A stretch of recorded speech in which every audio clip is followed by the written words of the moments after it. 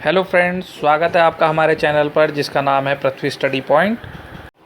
और आज हम पढ़ेंगे production based method for calculating depreciation. को पता है हम डेप्रिसिएशन कैलकुलेट करने के मेथड पढ़ रहे थे और आज हमारा जो टॉपिक है वो है प्रोडक्शन बेस्ड मेथड। तो जानते हैं इसके बारे में। If the basis of calculation unit और hours are to collect at the same rate for each year then equal instalment will be charge every year. इस मेथड में क्या हो रहा है बच्चों, जो आप डेप्रिसिएशन चार्ज कर रहे हो वो इस बेसिस पे कर रहे हो कि आप कितनी क्वांटिटी प्रोड्यूस करते हो, पहला हो गया। और या ये मेथड लेते हो कि आपकी मशीन कितने घंटे रन कर रही है, ठीक है, उस हिसाब से आप डेप्रिसिएशन को चार्ज कर रहे हो। तो ये हुआ। दूसरी चीज़, ये मेथड वहीं एप्लीकेबल होगा जहाँ पर नंबर ऑफ़ क्वांटिटी प्रोडक्शन की ज़्यादा वेरिएशन नहीं होती, मतलब ज़्यादा वेरिएशन में नहीं होती, वो ऑलमोस्ट फिक्स रहती हैं, ठीक है। तो वहाँ पे इस मेथड को इम्प्लीमेंट करना आसान होता है, जहाँ पर हम प्रोडक्ट की क्वांटिटी के हिसाब से कि कितने पीस वो प्रोड्यूस करेगी मशीन, तो हम पर पीस पे जो है डेप्रिसिएशन अमाउंट निकाल लेंगे कि एक पीस पे इतने पैसे ऐड कर देने हैं। या दूसरा केस, अगर कोई मशीन है, जैसे सपोज़ करो जनरेटर आता है। अब जनरेटर कोई प्रोडक्शन तो करता नहीं है, वो तो सिर्फ रन करता है, तो वहाँ पे जो उसका डेप्रिसिएशन काउंट करेंगे वो उसकी रनिंग से काउंट करेंगे, ठीक है। रनिंग से काउंट करने का मतलब ये है कि जनरेटर आप जितने घंटे भी चलाते हो और जितने साल भी वो चलने वाला है, मान लो उसकी सर्विस लाइफ 10 साल है या 20 साल है, तो 20 साल में वो जितने घंटे भी चला होगा, ठीक है, तो उस हर घंटे के हिसाब से उसमें डेप्रिसिएशन अमाउंट कैलकुलेट डाल देंगे, ठीक है, ताकि वो हमारा जो प्रॉफिट निकल के आ जाए, कंपनी लॉस में ना आए, ठीक है। नेक्स्ट है कि on the other hand if output were enum varies from one year to another the total annual depreciation will not be same. ये खुद ही कह रहे हैं, मैंने भी आपको बताया कि अगर आपका जो आउटपुट है वो वेरिएशन करता है, पर एनम चेंज हो जाता है, पर साल आप मतलब किसी साल क्या कहते हैं आपका प्रोडक्शन कुछ है, अगले साल आपका प्रोडक्शन की क्वांटिटी और बढ़ गई, तो डेप्रिसिएशन आपका सेम नहीं रहेगा, वो फिर डेप्रिसिएशन चेंज होता रहेगा। आप नेक्स्ट ईयर के लिए काउंट करोगे, अगर आपने पीस ज़्यादा बनाए होंगे तो डेप्रिसिएशन अमाउंट थोड़ा कम हो जाएगा पर पीस पे, क्योंकि वो क्वांटिटी कम हो जाएगी उसकी। लेकिन अगर आपका प्रोडक्शन अगले साल कम रहा तो आपका डेप्रिसिएशन का जो अमाउंट है पर पीस वो बढ़ जाएगा, ठीक है। इस तरीके से है। नेक्स्ट, अब मैंने आपको बताया कि ये जो प्रोडक्शन बेस्ड मेथड है ये दो चीज़ों पर डिपेंड करता है, प्रोडक्शन की क्वांटिटी पर और मशीन के रनिंग आवर पे, कितने टाइम वो रन कर रही है। तो उसमें फर्स्ट देखते हैं production unit method. This method of charging depreciation on the asset is based on the unit produced during the year. The estimated total production of the asset is the criteria for providing depreciation. तो production unit में आपको मतलब समझ में ही आ रहा है, जितना भी प्रोडक्शन आप एक साल में करने वाले हो, जितनी क्वांटिटी भी प्रोडक्शन करने वाले हो, उसी पे ही आपका डेप्रिसिएशन बेस करेगा, ठीक है, उसी पे ही बेस्ड होगा वो। और आप एनुअली जो भी है आप एस्टिमेशन लगाओगे कि हम इस साल इतना प्रोडक्शन करने वाले हैं, वो भी फोरकास्टिंग होती है, तो उसी के हिसाब से आप अपना डेप्रिसिएशन भी कैलकुलेट कर लोगे, ठीक है। इसका एक फार्मूला भी है, वो अभी आगे दिखाते हैं। देखिए पहले फार्मूला देखिए, rate of depreciation equal value of asset upon number of unit of production.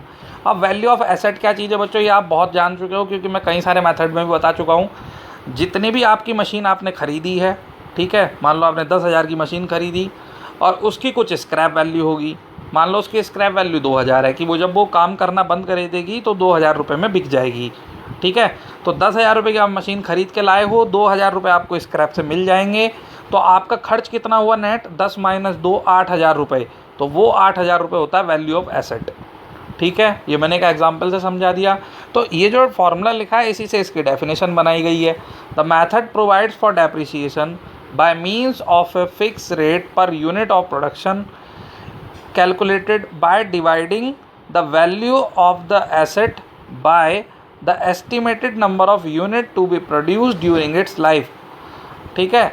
इस मेथड में क्या हो रहा है, अगर हम fix rate of unit production calculate कर रहे हैं कि हमें रेट ऑफ डेप्रिसिएशन कितना लगाना है पर पीस पर, ठीक है, एक पीस में कितने पैसे ऐड करने हैं, तो उसके लिए फॉर्मूला क्या है कि आपकी जो भी वैल्यू आ रही है मशीन की, ठीक है, upon number of unit production, जितने भी पीस आप एक साल में प्रोड्यूस करने वाले हो उनसे आप डिवाइड कर देना, तो पर पीस पे आपका डेप्रिसिएशन निकल के आ जाएगा।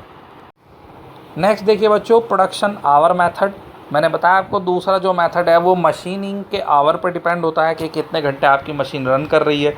तो इस पर आवर पे डेप्रिसिएशन निकालने का जो फार्मूला है वो है rate of depreciation equal value of asset upon number of production hour. आपकी मशीन सर्विसेबल लाइफ में, सर्विसेबल लाइफ का मतलब जितने साल भी वो रन करने वाली है, चाहे वो 10 साल हो या 15 साल हो, तो 10 साल या 15 साल के अंदर जो भी है जितना भी उसका प्रोडक्शन आवर होगा, प्रोडक्शन आवर का सेंस बच्चों क्या है, वो टाइम ऐड नहीं होगा जिस टाइम मशीन रुकी हुई खड़ी है, सिर्फ वो टाइम कैलकुलेट होगा जिस टाइम पे वो प्रोडक्शन कर रही है या वो रनिंग में है। ठीक है, तो उससे अगर हम डिवाइड कर देंगे तो पर आवर में कितना डेप्रिसिएशन चार्ज करना है हमको वो पता चल जाएगा। ठीक है बच्चों, तो आपको दोनों चीज़ें समझ में आ गई होंगी ना, ये प्रोडक्शन यूनिट मेथड और प्रोडक्शन आवर मेथड।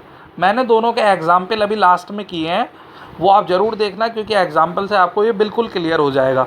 अब आप इसके एडवांटेज और डिसएडवांटेज देख लीजिए। तो एडवांटेज देखिए, they attempt to base depreciation on service instead of assuming constant depreciation every year. The hours और units in each year are estimated and depreciation is calculated. तो आपको बच्चों ये मेथड में एक बेनिफिट ये दिखाई दे रहा है कि जो आप डेप्रिसिएशन ले रहे हो या चार्ज कर रहे हो वो बिल्कुल जेन्युइन है कि आप जितने पीस बना रहे हो उस पीस के हिसाब से चार्ज कर रहे हो, मशीन जितने घंटे चल रही हो या उस मशीन के हिसाब से कैलकुलेट कर रहे हो। कोई और कैलकुलेशन नहीं है कि हमने फिक्स कर दिया स्टार्टिंग में इतना करना है लास्ट में इतना करना है। ठीक है, तो ये ज़्यादा प्रैक्टिकल लगता है। ठीक, लिखा भी है कि this approach is more realistic where depreciation is determined by reference to work done. क्योंकि हम जितना काम हुआ है, ठीक है, मशीन ने जितना काम किया है उसके अकॉर्डिंग डेप्रिसिएशन चार्ज कर रहे हैं, इसलिए वाला जो मेथड है थोड़ा प्रैक्टिकल हमको लगता है। ये इसके बेनिफिट हैं। ठीक है, अब इसके कुछ डिसएडवांटेज हैं वो भी देख लीजिए। पहला डिसएडवांटेज तो ये है कि देखिए एनुअल प्रोडक्शन आप कितना करने वाले हो ये फोरकास्ट करना, फोरकास्ट मतलब पूर्वानुमान, ये फोरकास्ट करना बहुत मुश्किल काम है क्योंकि आप एक साल की प्लानिंग लेके चल रहे हो।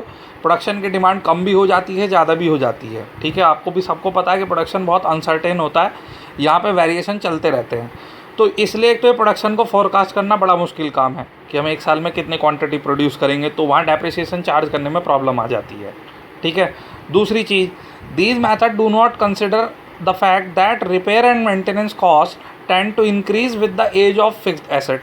ये बात जो हम पहले बोल रहे थे और भी मेथड में बताइए कि भाई जब मशीन पुरानी होने लगती है तो मेंटेनेंस और रिपेयर की कॉस्ट बढ़ जाती है।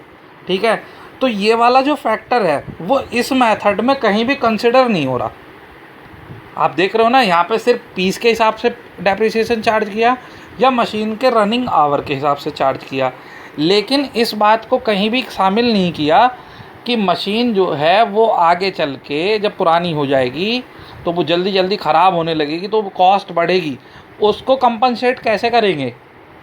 ठीक है, तो उस कंपनसेशन की बात इस मेथड में नहीं है, तो ये जो है वो इसके डिसएडवांटेज है। अब आप इसके एग्जाम्पल देख लीजिए, मैंने दोनों मेथड के एग्जाम्पल समझाए हैं। प्रोडक्शन यूनिट मेथड का एग्जाम्पल देख रहे हैं। अ machine costing ₹2,50,000 has a residual value of ₹1,00,000 after 10 year of service. यहाँ पे एक मशीन जो है वो 2.5 लाख रुपए की है। ठीक है, और उसकी जो रेजिडुअल मतलब स्क्रैप वैल्यू है, जब वो काम करना बंद कर देगी और स्क्रैप हो जाएगी तो वो 1 लाख रुपए में बिक जाएगी। ठीक है, तो ये इसकी स्क्रैप वैल्यू है और इसकी जो सर्विसेबल लाइफ है वो 10 साल है, ये 10 साल तक काम करेगी। ठीक है, the estimated rate of production is 10 unit per hour. तो रेट ऑफ प्रोडक्शन जो है वो 1 घंटे में 10 पीस बनते हैं। ठीक है, using the production unit method calculate the rate of depreciation, assume a 50 week year and 46 hour week. ये कोई कंडीशन दे रखी है कि किसी भी इंडस्ट्री में एक साल में 50 वीक वर्क होता है। ठीक है, और उसमें एक वीक में 46 आवर वर्क होता है। ये शिफ्टिंग जो प्रोडक्शन के आवर कैलकुलेट करके दे रखे हैं। तो अब देखिए इस क्वेश्चन में रेट ऑफ डेप्रिसिएशन किस तरीके से निकाला जाता है। ये आपको मैंने फॉर्मूला लिखवाया था, rate of depreciation equal value of the asset upon number of unit production. ठीक है, तो वैल्यू ऑफ एसेट कैसे आएगी बच्चों, आपकी जो 2.5 लाख रुपए की आपने मशीन खरीदी है और उसमें से स्क्रैप वैल्यू कितनी है 1 लाख रुपए, तो आपकी जो नेट वैल्यू हुई वो कितनी हुई, 2.5 लाख में से आप 1 लाख माइनस कर दोगे, है ना भाई। इतने की आपकी मशीन है, इतने तो आपको लास्ट में मिल ही जाएंगे। तो आपके जो वैल्यू ऑफ एसेट आ रही है वो कितनी आ रही है, 1.5 लाख आएगी, 1,50,000। ठीक, अब number of unit of production कैसे निकलेंगी, आप 1 घंटे पे कितने पीस बनाते हो? 10 पीस, ठीक है। और 1 हफ्ते में कितने घंटे काम हो रहा है? 46 आवर। तो 46 इंटू 10 पीस हो गए। और 1 साल में वीक कितने माने हमने यहाँ? 50। तो ये 50 से भी मल्टीप्लाई कर दी। और हम कितने ईयर तक कैलकुलेशन कर रहे हैं? 10 ईयर के लिए, कि आपकी जो मशीन है वो उसकी लाइफ कितनी है? 10 साल। तो ये 10 हो गया। मतलब ये जो सारी कैलकुलेशन है ये आपकी नंबर ऑफ प्रोडक्शन है, ठीक है। तो आप इसको जब कैलकुलेट करोगे तो आपका आएगा ₹0.652 पर यूनिट। ये क्या अमाउंट हुआ बच्चों? जितने भी आप पीस बनाएंगे, ठीक है, जो आपके वर्क पीस की जो कॉस्ट आएगी उसमें ये अमाउंट डेप्रिसिएशन का ऐड कर लिया जाएगा, 0.652। तो इस तरीके से प्रोडक्शन यूनिट मेथड को इम्प्लीमेंट किया जाता है। अब हम देखेंगे प्रोडक्शन आवर मेथड का एग्जाम्पल। देखिए प्रोडक्शन आवर मेथड का example, a machine costing ₹20,000 has a scrap value 8,000 at the end of 10 year of its serviceable life. ये भी यही चीज़ है कि एक मशीन की जो कॉस्ट है 20,000 रुपये, बाद में जो स्क्रैप वैल्यू होगी वो 8,000 रह जाएगी, और इसकी जो सर्विसेबल लाइफ है वो 10 ईयर है, ठीक है। If the machine runs for 2400 hours per year, 1 साल में मान लेते हैं वो मशीन 2400 घंटे चलती है, ठीक है। तो calculate the depreciation rate per hour of the machine. इसमें डेप्रिसिएशन रेट निकालना है पर आवर ऑफ मशीन से। तो रेट ऑफ डेप्रिसिएशन का फॉर्मूला भी लिखवाया है, value of asset upon number of production hour, ठीक है। ये आपको प्रोडक्शन आवर मेथड में लिखवाया है मैंने। तो अब एक चीज़ देखिए, वैल्यू ऑफ एसेट तो उसी तरीके से निकाली जाएगी जितनी आपकी मशीन खरीदी है आपने माइनस जितना आपकी स्क्रैप वैल्यू होगी, ठीक है। तो वो आपकी जो नेट प्रॉफिट वो आ जाएगा, नेट अमाउंट जो आप खर्च कर रहे हो, तो 12,000 रुपये अपॉन। अब नंबर ऑफ प्रोडक्शन आवर कैसे निकलेंगे? तो उसके लिए क्या है कि इसमें लिखा है machine runs for 2400 hour per year, 1 साल में 2400 घंटे चल रही है मशीन, ठीक है। और आपकी लाइफ कितनी है प्रोडक्ट की, मशीन की? 10 साल। तो कितने चली? नंबर ऑफ प्रोडक्शन आवर क्या हो गए? 10 इंटू 2400। इसको आप कैलकुलेट करोगे तो बच्चों ये क्या है? ₹0.5 पर आवर। यानी कि एवरी आवर में अगर आप आवर के हिसाब से कैलकुलेशन करोगे कि जितने घंटे मशीन चल रही है तो आप ₹0.5 उसमें क्या ऐड कर दोगे डेप्रिसिएशन, ठीक है। अब मैं इसको, ये तो रेट हुआ, अगर मैं 1 साल का डेप्रिसिएशन निकालूं, इसमें क्वेश्चन में पूछा नहीं है लेकिन मैंने आपको यहाँ समझा दिया है। अगर मैं 1 साल के लिए एनुअल डेप्रिसिएशन निकालूं तो उसको क्या करेंगे हम? भाई 1 घंटे में आप कितने पैसा चार्ज कर रहे हो? 0.5। और number of hours per year, 1 साल में जितनी भी आपकी मशीन चल रही है वो कितनी चल रही है? 2400 घंटे। तो और 1 घंटे में कितना चार्ज कर रहे हो आप? 0.5। तो 1 साल का अमाउंट कितना आ गया? 1200 रुपये। तो ये आपका 1200 रुपये डेप्रिसिएशन अमाउंट आ गया, ठीक है, 1 साल के लिए। तो ये है हमारा प्रोडक्शन आवर मेथड। समझ में आया होगा आपको, है ना। तो दोस्तों आपको अगर ये वीडियो पसंद आई हो तो इसको लाइक ज़रूर कीजिएगा और अपने दोस्तों के साथ शेयर भी कीजिएगा। और जो हमारे चैनल पर नए हैं वो हमारे चैनल को सब्सक्राइब कर लें ताकि वो ऐसे अपडेट से जुड़े रहें। अब नेक्स्ट क्लास में मिलेंगे, तब तक पढ़ते रहिए, खुश रहिए।